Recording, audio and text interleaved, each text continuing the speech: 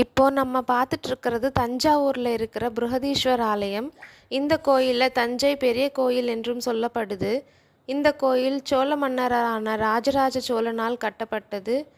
இது 1003லேருந்து 1010வது வருஷத்தில் இந்த கோயில் கட்டப்பட்டிருக்கிறதா சொல்லப்படுது.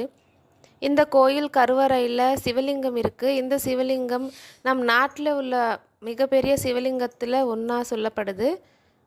அப்புறம் இந்த கோயில் கோபுரம் மேலே இருக்கிற விமானம் டாலஸ்ட் ஸ்ட்ரக்சர், உயர்ந்த கட்டிடம், சவுத் இந்தியாவிலேயே உயர்ந்த கட்டிடமாக சொல்லப்படுது. அப்புறம் இந்த கோயிலுக்கு இன்னொரு விசேஷமும் இருக்கும். இதோட நிழல் தரையிலேயே விழாதுன்னு சொல்கிறாங்க. இந்த கட்டிடம் கட்டி முடிச்சிட்ட பிறகு ராஜராஜ சோழன் இந்த கட்டிடம் என்னைக்காவது கீழே விழுந்து விடுமா அப்படின்று கேட்டப்போ அந்த கட்டின இன்ஜினியர் என்ன சொன்னாரா, இந்த கோயில் மட்டுமே இல்லை மன்னரே, இந்த கோயிலோட நிழல் கூட விழாதுன்னு சொல்லியிருக்காரா. அந்த அளவுக்கு